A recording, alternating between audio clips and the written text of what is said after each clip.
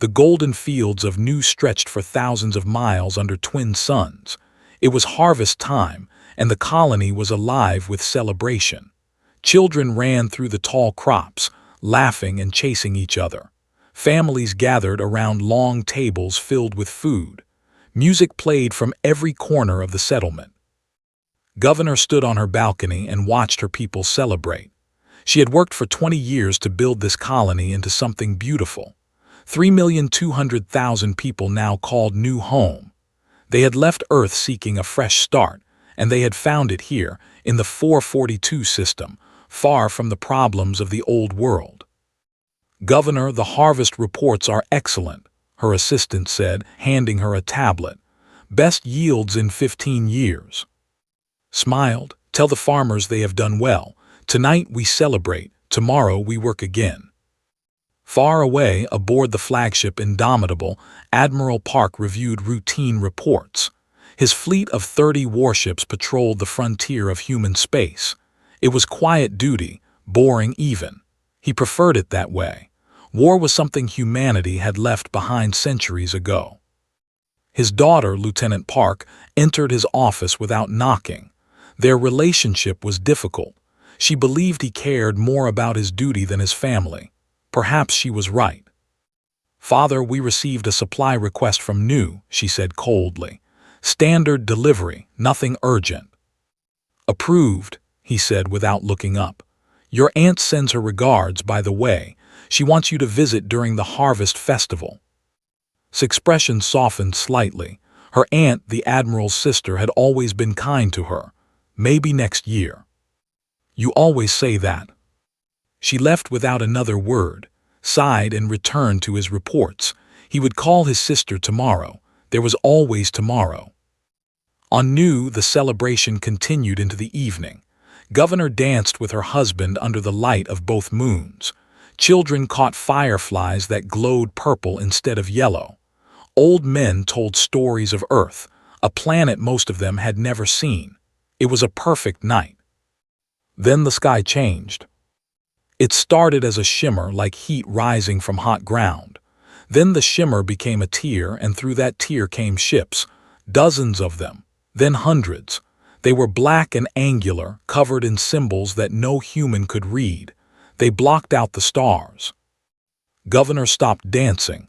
Her husband gripped her hand tightly. "What is that?" someone whispered. The colony had no weapons. New was a farming world, peaceful and undefended. They had never needed protection.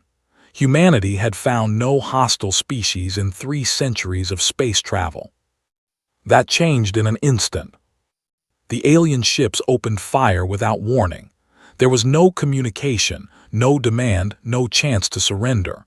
Beams of white light shot down from the sky and struck the planet's surface. Where they hit, everything burned. The first beam struck the capital city. 10,000 people died in a single second. The beautiful buildings that had taken decades to construct became ash and smoke. The screams of the dying filled the air. Governor grabbed a communicator and began broadcasting on all frequencies. "This is New Colony. We are under attack. Unknown hostile ships. We need immediate assistance. Please, anyone who can hear this." Another beam struck nearby. The ground shook. Buildings collapsed. People ran in every direction, but there was nowhere to run. The aliens were systematic, burning the planet piece by piece. His husband pushed her toward an underground shelter. "Go, you have to survive. You have to tell them what happened." "I won't leave you." He kissed her forehead. "Someone has to remember us." He pushed her through the shelter door and sealed it behind her. She pounded on the metal, screaming his name. Through the small window, she saw another beam descend. Her husband vanished in white light. For 6 hours, the attack continued. The aliens were thorough. They destroyed cities, then towns, then villages. They hunted down survivors hiding in forests and caves. They showed no mercy, no hesitation. It was not war. It was extermination. In her shelter, Governor continued broadcasting until the very end. Her voice, breaking with grief, reached across the stars. They are killing everyone. Men, women, children, they do not care. They are burning our world. Please tell Earth. Tell them we did not provoke this. We did nothing wrong. We were just living. We were just. The signal cut off. Admiral Park was sleeping when the alert came. He rushed to the bridge in his uniform, his heart pounding. The communications officer was pale, her hands shaking. "Sir, we received a distress signal from New. It stopped transmitting 30 minutes ago." "Play it." Governor's voice filled the bridge. Every officer listened in silence as she described the attack, the death, the destruction. They heard her final words, then they heard nothing. Stood frozen. His sister lived on New, her children. His niece was 7 years old. His nephew was 4. They had sent him a drawing last month, a picture of their family standing under the twin suns. "Sir," the communications officer asked, "what are your orders?" He could not speak, he could not breathe. 3 million people, his family, gone. Arrived on the bridge. She had heard the broadcast from her quarters. She looked at her father and saw something she had never seen before. Admiral Park, the strongest man she knew, was crying. "Father." He turned to face her. Tears ran down his cheeks, but his eyes were changing. The grief was still there, but something else was growing beneath it. Something cold and hard and terrible. "Set course for New," he ordered, his voice steady despite the tears. "Maximum speed." "Sir, if hostile forces are still present." "I said set course." The fleet arrived at New 12 hours later. What they found broke them. The planet was dead. Where cities had stood, there was only glass, sand and stone melted by unimaginable heat. The atmosphere was filled with ash. No signals came from the surface. No life signs appeared on sensors. 3,200,000 people had been erased from existence. Admiral Park stood alone in his quarters, staring at a holographic image of his sister's family. His niece's smile, his nephew's laugh, gone forever. Found him there, she did not know what to say. There were no words for this. "What do we do now?" she finally asked. Her father looked up. His tears had dried. What remained in his eyes was not grief anymore. It was something far more dangerous. "We find out who did this," he said quietly, "and then we show them what happens when you murder humanity's children." The hunt had begun. The United Terran Council chamber on Earth had never been so silent. 500 representatives from 12 colony worlds sat in their seats, watching the holographic footage play before them. They saw New burning. They saw people running and dying. They heard Governor's final transmission. When the footage ended, no one moved. No one spoke. Chancellor rose from her chair at the center of the chamber. She was a small woman with gray hair and kind eyes, but today those eyes were filled with cold fire. 3,200,000 souls, she said. Her voice was soft but clear. Farmers, teachers, scientists, children, they built homes. They raised families. They dreamed of the future. And they were slaughtered like animals by creatures who never even spoke a single word to them. She let the silence hang in the air. The species that attacked New calls themselves the Dominion. Our intelligence has learned that they have conquered and destroyed dozens of civilizations across thousands of years. They do not negotiate. They do not show mercy. They see other species as nothing more than insects to be crushed. A representative from Mars stood up. "Chancellor, what are our options?" "We have only one option," Chancellor replied. "Total war." The vote was unanimous. For the first time in 200 years, all of humanity agreed on something. They had made a terrible mistake. They had united a species that had spent centuries arguing with itself. Admiral Park was summoned to Earth. He walked into the council chamber wearing his dress uniform, his face carved from stone. The grief was still inside him, but he had buried it deep. There would be time for grief later. Now was the time for action. "Admiral Park," Chancellor said, "the Council has appointed you Supreme Commander of the Retribution Fleet. Your mission is simple. Build the largest military force in human history. End them. Saluted, I will need resources, ships, people. You will have everything humanity possesses. Every shipyard, every factory, every volunteer. Whatever you need, you will receive. He nodded slowly. How long do I have? As long as it takes to do this right. Commander Shin met Admiral Park in the Strategic Planning Center the next day.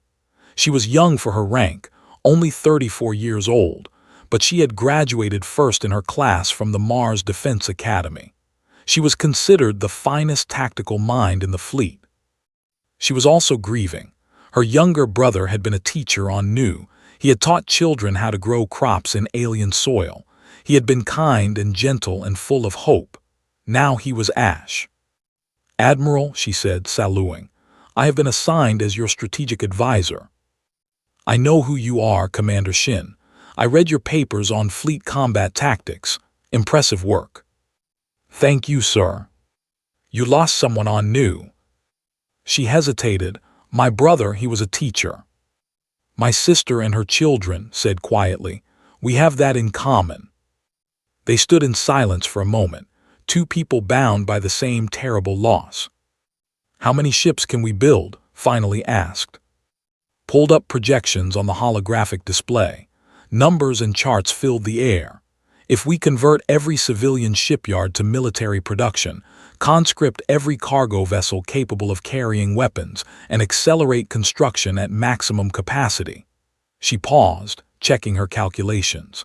500,000 warships, but it will take 18 months minimum. Studied the numbers.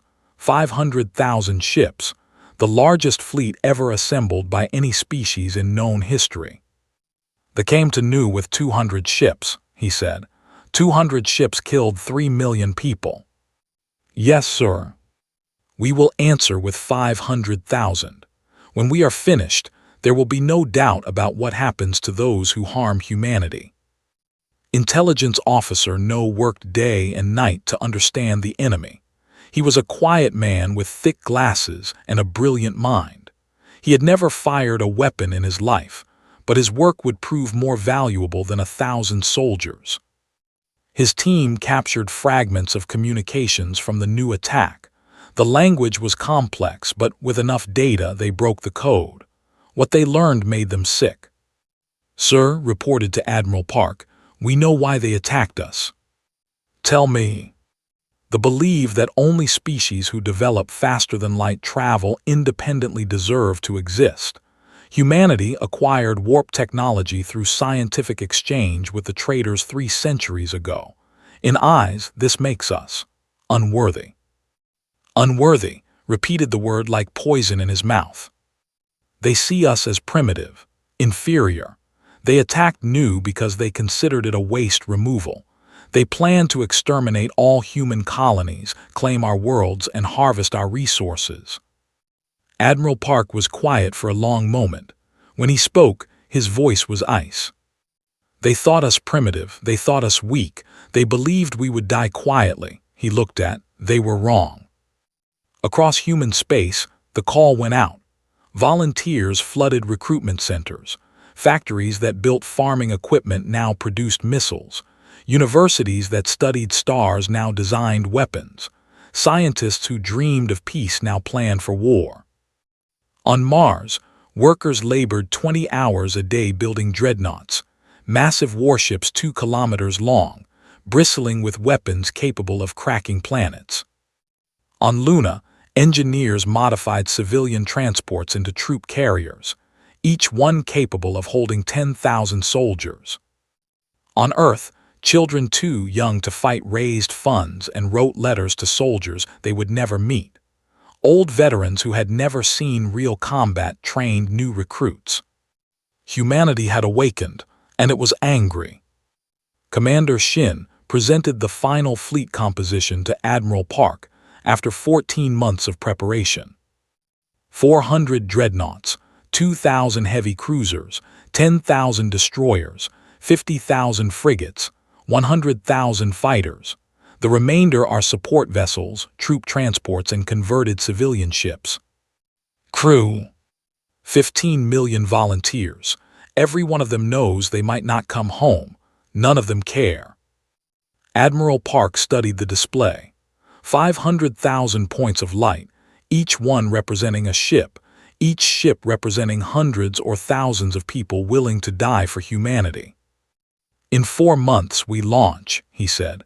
"They have ruled this part of the galaxy for 10,000 years. They have never lost a war. They have never faced an enemy who refused to surrender." He turned to face. "They are about to learn what humanity does when you take everything from us. We do not hide. We do not surrender. We do not stop until our enemies are dust and memory." The storm was gathering. Soon, it would break upon them like nothing they had ever seen. The fleet gathered at the edge of human space, beyond the last colony, where the stars grew thin and the darkness stretched forever. 500,000 warships assembled in formations that spread across millions of kilometers. From a distance, they looked like a river of lights flowing through the void. Lieutenant Park stood on the bridge of her own ship now. The destroyer Remembrance was small compared to the great dreadnoughts, but it was fast and deadly. Her crew of 200 had trained for 18 months, running combat simulations until they could fight in their sleep. She looked at the main and felt her breath catch. She had seen the numbers. She had studied the fleet composition, but seeing it with her own eyes was different.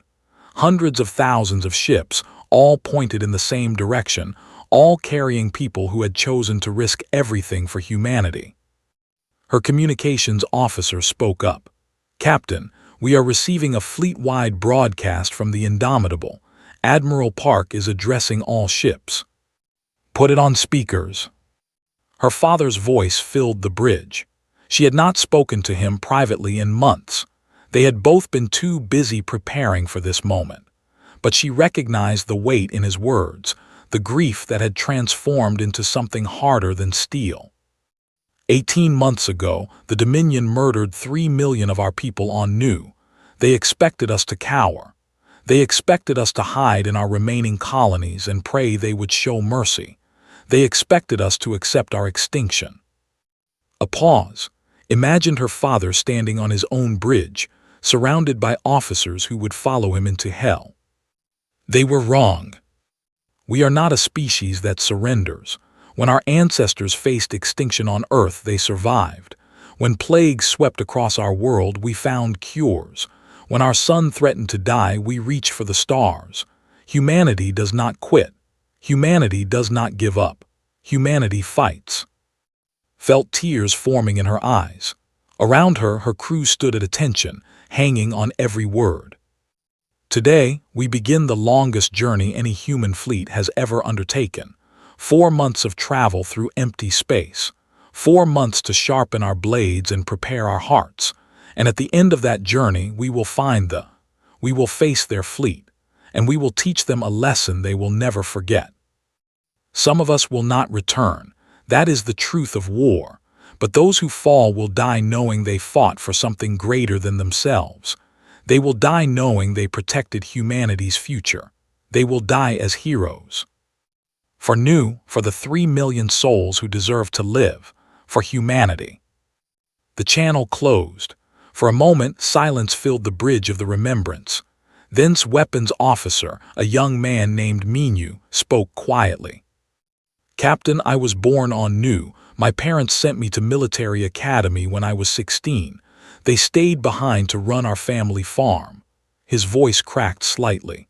"I will not let their deaths mean nothing." Looked at him. She saw the same fire in his eyes that burned in her own heart. "None of us will," she said. "Battle stations, we have a long journey ahead." The fleet moved as one. 500,000 ships engaged their warp drives simultaneously, creating a wave of energy that lit up sensors across the galaxy. Any species watching would have seen something impossible, a civilization that should have been primitive launching the largest military expedition in known history. Commander Shin spent the journey running simulations. She studied every piece of data they had on tactics, weapons, and defenses. The enemy was formidable. Their shields could absorb tremendous punishment. Their weapons could slice through human armor. In a fair fight, one ship was worth 3 human vessels. But this would not be a fair fight. Their weakness is numbers, explained to Admiral Park during a strategy session. They have never faced a fleet larger than their own. They do not know how to fight when outnumbered. Their entire doctrine is built on overwhelming weaker opponents quickly. So we use our numbers to overwhelm them instead. Exactly. We attack in waves. The first wave engages directly, drawing their fire and forcing them to commit their forces. The second wave flanks from unexpected angles. The third wave punches through any gaps in their formation. We keep the pressure constant, never giving them time to regroup or reorganize. Nodded slowly, and our casualties? Hesitated. High. The first wave will suffer the worst. 60% losses, possibly more. The crews know this. They volunteered anyway. Intelligence officer No brought news from the front. His team had intercepted communications as the human fleet crossed the empty space between civilizations. They have detected us, reported. Their scouts confirmed our numbers 3 days ago. And their response? Panic, sir. The High Command initially refused to believe the reports. 500,000 ships was impossible. No species could mobilize such force. They executed the first scout commander for lying. Allowed himself a grim smile, and now? Now they are gathering every ship they have. They are recalling fleets from conquered territories across their empire. They are building new vessels at emergency speed. Paused. They are afraid, Admiral. For the first time in 10,000 years, they are afraid.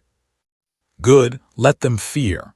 Let them understand what they awakened when they touched our children. The journey continued. Crews trained constantly. Pilots flew simulated combat missions until their hands moved automatically. Gunners practiced targeting until they could hit a moving vessel at 1,000 kilometers. Engineers learned to repair damage under fire, working in conditions that would have been impossible months ago.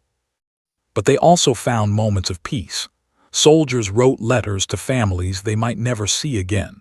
Friends shared meals and stories. Couples held each other in the quiet hours between shifts, treasuring every moment they had left. On the remembrance, Captain Park received a message from her father. It was short, just a few words. I am proud of you. Whatever happens, know that. Your mother would be proud too. She read the message a dozen times. She and her father had spent years fighting, years of cold silences and sharp words.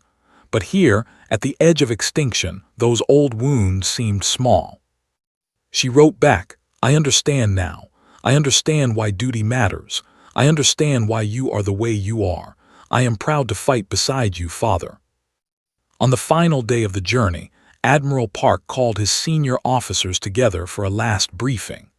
They gathered in the war room of the Indomitable, holographic displays showing the approaching system. Tomorrow, we drop out of warp at the edge of enemy space, said. Our scouts report they have gathered 80,000 ships to defend there. It is the largest fleet they have ever assembled. It will not be enough. He looked around the room at the faces of the people who had followed him across the stars. Some were young, barely out of training. Others were veterans who had served for decades. All of them were ready. We came here to send a message, not just to them, but to every species in the galaxy. The message is simple. Humanity's children are not to be touched. Those who harm us will face consequences beyond their darkest nightmares. Tomorrow, we deliver that message. He straightened his uniform and met their eyes one by one. Get some rest. Tomorrow we make history. The human fleet dropped out of warp like a wall of steel appearing from nowhere. 500,000 ships materialized at the edge of the home system, their weapons powered and ready. Before them lay Prime, a dark world circled by defense platforms and orbital stations. 12 billion lived on that planet. It was the heart of an empire that had ruled this region of space for 10,000 years. The fleet waited between the humans and their world. 80,000 warships arranged in perfect formation, their black hulls absorbing light, their weapons glowing with deadly energy. It was the largest military force they had ever assembled. Against any other enemy, it would have been unstoppable. Admiral Park stood on the bridge of the Indomitable and studied the enemy formation. Beside him, Commander Shin analyzed tactical data streaming across her console. They are positioned defensively, observed. Standard protection formation around the planet. They have never had to defend there before. They do not know how. They outnumber us in firepower per ship, said, but we outnumber them 6-to-1 in vessels. That is an equation they have never faced. What are your orders, Admiral? Was quiet for a moment. This was the moment everything had been building toward. 18 months of preparation, 4 months of travel, millions of lives in his hands. Execute wave formation Alpha, he said. First wave advances. Signal all ships to begin the attack. The order spread across the fleet in seconds. 100,000 ships moved forward, accelerating toward the line. They were the first wave, the tip of the spear.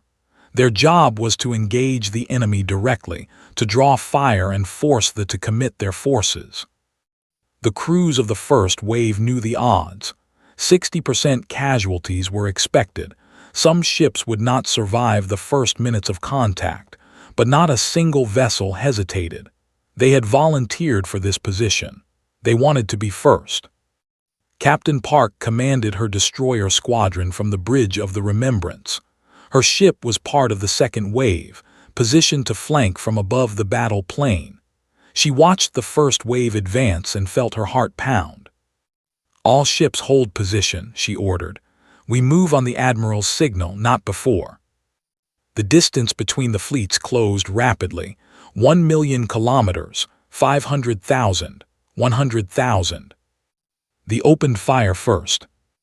Beams of white energy lanced across space, striking human ships with devastating force. The same weapons that had burned Nu now tore into the first wave. Ships exploded. Crews died. The void filled with fire and debris. But the humans did not stop. They did not retreat. They kept coming. Return fire erupted from the human vessels. Missiles by the thousands streaked toward the line. Plasma cannons unleashed streams of superheated matter, launched projectiles at fractions of light speed. The space between the fleets became of weapons fire. The first wave struck the formation like a hammer hitting a wall. Human ships pushed into the enemy line, accepting damage, taking hits, dying by the hundreds. But for every human ship destroyed, 3 more pressed the attack. The formation began to bend under the pressure. Second wave, advance, Admiral Park commanded. Felt her blood surge. All ships engage engines, attack pattern Delta, target their command vessels. The Remembrance leaped forward with 50 other destroyers, coming at them from above while they focused on the first wave below. Her weapons officer, Minyu, locked targets faster than she could track. Firing solutions ready, Captain. Fire everything. Missiles exploded from launch tubes. Plasma cannons screamed. The destroyer squadron tore into the flank, targeting the larger command ships that coordinated the enemy defense. On the Indomitable, Admiral Park watched the battle unfold on holographic displays. Blue dots representing human ships clashed with red dots representing vessels. Both sides were taking heavy losses, but the tide was turning. Third wave, advance through Sector 7, he ordered. Push through the gap in their formation. Get behind their line.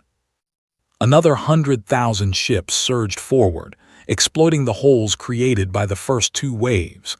They tried to reposition, but they were too slow. Their doctrine was built on offense, on crushing weaker enemies before they could respond. They had no experience fighting a defensive battle against a superior force. Commander Shin coordinated the fleet movements from her tactical station. Her voice remained calm despite the chaos, issuing orders that kept the human attack flowing like water around stones. Squadron 47, Reinforce Sector 3. Carrier Group 12, Launch Fighter Screen to intercept enemy bombers. Dreadnought Vengeance, concentrate fire on that orbital platform. The battle raged for hours. Ships died on both sides. The vacuum of space filled with wreckage and bodies and the flickering lights of dying vessels. But slowly, inevitably, the human numbers began to tell. The fleet was being ground down. For every human ship destroyed, 2 vessels fell. Their command structure was collapsing as flagship after flagship was targeted and destroyed. Their formations broke apart as individual captains panicked and made mistakes. On the Remembrance fought her ship through the chaos. Her vessel had taken damage, fires burning in 3 compartments, but her crew kept fighting. They had not come this far to give up. "Captain, the flagship is trying to retreat," Minyu shouted. Saw it on her display. The massive command ship turning away from the battle, trying to escape into deep space. "All ships pursue, do not let them escape." Her squadron chased the flagship down, hammering it with weapons fire until its shields collapsed and its engines died. The great vessel drifted, broken and silent, its crew dead or dying. After 16 hours of continuous battle, it was over. The fleet was destroyed. Of their 80,000 ships, fewer than 5,000 had escaped into the darkness between stars. The rest were debris and memory. Humanity had won. But the victory came at a terrible cost. 47,000 human ships had been destroyed. 3,800,000 soldiers had died. The price of vengeance was paid in blood. Admiral Park stood on his bridge and looked at Prime. The planet was defenseless now. Its fleet was gone. Its orbital stations were burning. 12 billion waited below, helpless before the greatest military force ever assembled. "Sir," his weapons officer said quietly, "we have the capacity to glass their world. Our dreadnoughts carry planet cracker missiles. One command, and we can do to them what they did to Nu." Was silent for a long moment. He thought of his sister, her smile, her laugh, the way she had hugged him the last time they met. He thought of his niece and nephew, children who had never hurt anyone, who had simply existed and laughed and dreamed of the future. He thought of 3 million souls turned to ash because they considered them worthless. Part of him wanted to give the order. Part of him wanted to watch their world burn the way Nu had burned. It would be justice. It would be fair. But another part of him thought of the 12 billion below, the children who had never chosen this war, the families who were simply living their lives, the innocent who would die alongside the guilty. "No," he said finally. His officers stared at him in shock. "Admiral, we came here to end a threat, not to become monsters. We are not them. We will never be them." He opened a channel to the planet below. Every screen on Prime flickered to life, showing the human admiral's face. "People of the Dominion, your fleet is destroyed. Your empire is broken. You will never again threaten another species. We have the power to erase your civilization from existence. We choose not to." He let that sink in. Remember this mercy.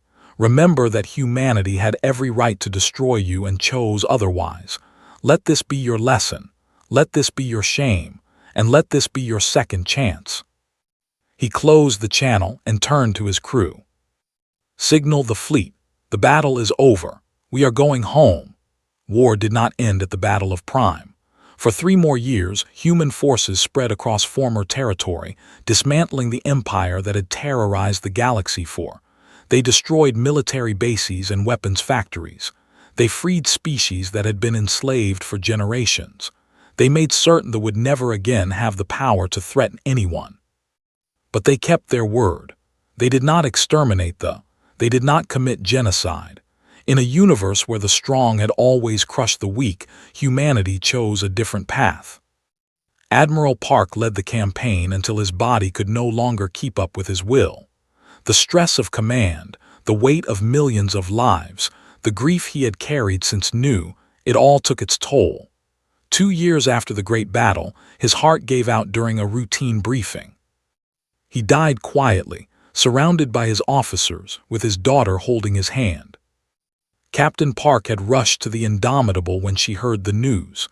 She found her father in the medical bay, his eyes closed, his breathing shallow. The doctors said there was nothing they could do.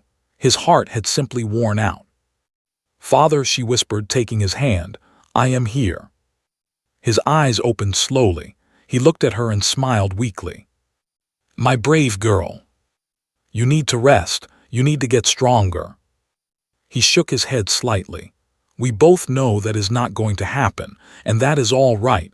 I have done what I needed to do." Tears ran down her face. "There is still so much to do.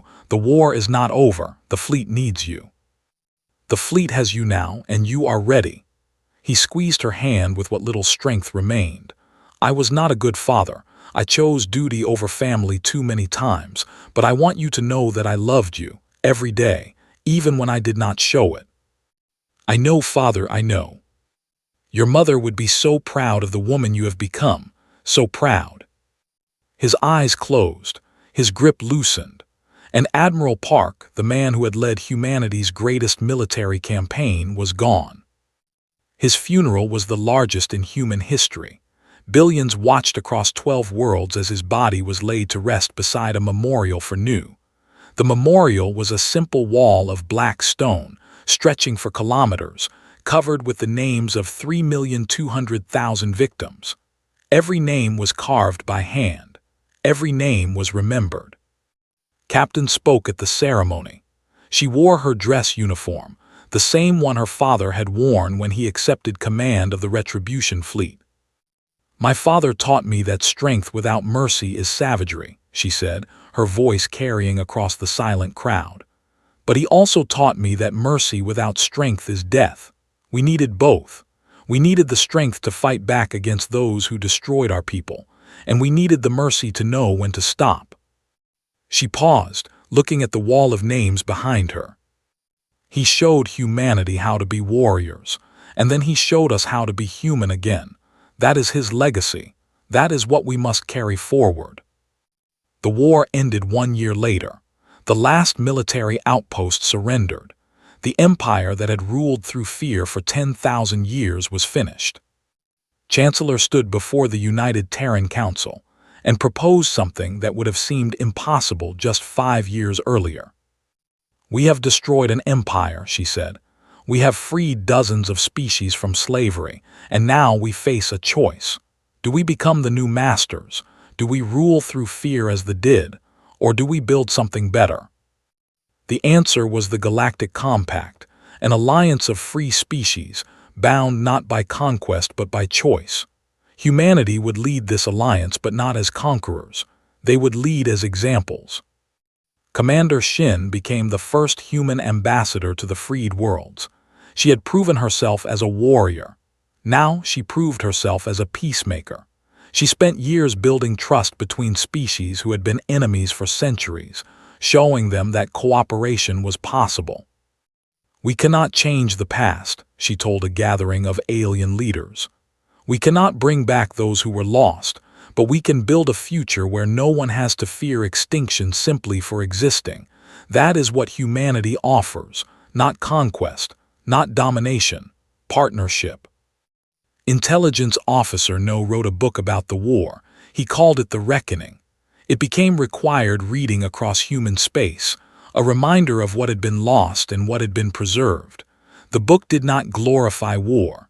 It showed the cost, the pain, the terrible price of victory. 3,800,000 human soldiers died in the campaign against he wrote. Add that to the 3,200,000 who died on Nu, and you have 7 million souls lost, 7 million families destroyed, 7 million futures that will never exist. Let no one ever forget that war is not adventure. War is horror, sometimes necessary horror, but horror nonetheless. The survived. They were diminished, their empire gone, their military destroyed, but they endured, and slowly, over generations, they began to change. The mercy humanity had shown them became a wound that transformed into understanding. 100 years after the Battle of Prime, a delegation came before the Galactic Compact. They came not as conquerors but as petitioners, seeking admission to the alliance they had once despised. "We do not deserve your forgiveness," their leader said. "We do not ask for it, but we ask for a chance to prove that we have learned, that we have changed, that the species who burned new no longer exists." The vote was close. Many wanted to reject them, to punish them forever for their crimes. But in the end, the compact chose mercy once more. They were admitted, not as equals, not yet, but as members who would have to prove their transformation was real. On the anniversary of New's destruction, humans across all colonies observed a moment of silence. They gathered at memorials, lit candles, and spoke the names of the lost. Children who had never known the dead heard stories about who they were and how they had lived. Then they looked up at the stars. Once those stars had seemed full of threat. Unknown species might lurk in the darkness, waiting to destroy humanity as they had tried to do. Fear had been reasonable. But now the stars held something else. Allies, partners, friends. Species who had been slaves now stood beside humanity as equals. Worlds that had known only oppression now knew freedom. Humanity had answered horror with strength, but more importantly, humanity had answered victory with wisdom. They had proven that a species could be both powerful and merciful, both warriors and peacemakers. Captain, now Admiral, made her last public speech 50 years after the war. She was old now, her hair white, her face lined with age, but her eyes still held the same fire that had burned in her father's eyes. "They came to destroy us," she said. "They believed we were primitive, weak, unworthy. They thought they could erase humanity from the galaxy and no one would remember we ever existed." She smiled. "They were wrong. We are still here. Our children are still here. Our will still be here when the last star burns out. Because that is what humanity does. We survive. We adapt. We grow. And when someone tries to knock us down, we get back up and build something better." She looked up at the stars. "The galaxy knows our name now. They know what we are capable of, but they also know what we choose to be. We choose hope. We choose mercy. We choose life. That is humanity's gift to the universe. That is our legacy. And it will last forever." On a distant world, in a museum dedicated to the history of the Galactic Compact, visitors gathered before a display. It showed two images side by side. The first was new before the attack, golden fields under twin suns, children laughing, families celebrating. The second was the same world after, a dead planet of glass and ash. Beneath the images, a simple plaque bore words that every species in the compact knew by heart. "They came to destroy. We chose to rebuild. In memory of the fallen, in hope for the future, humanity remembers." And so it was, and so it would always be.